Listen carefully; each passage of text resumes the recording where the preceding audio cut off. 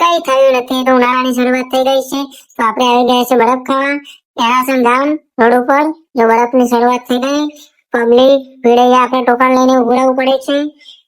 તો આપણે ટોકન લઈને આપણે લાઈનમાં ઉભા રહી ગયા છીએ. તો બરફના 10 થી 15 ડબ્બા આવા ખાલી થાય છે કલરના. તો આમ આવા કલર છે. તો મિત્રો જો તમે અહીંયા કેટલા બધા બરફ બનાવીને મૂકી દીધા છે. હવે બરફમાં કલર નાખશે, કલર નાખીને પછી કેટલા વાળા પ્રાઇઝ આપવાના છે બધાને ટોકન લઈને આપી દે છે.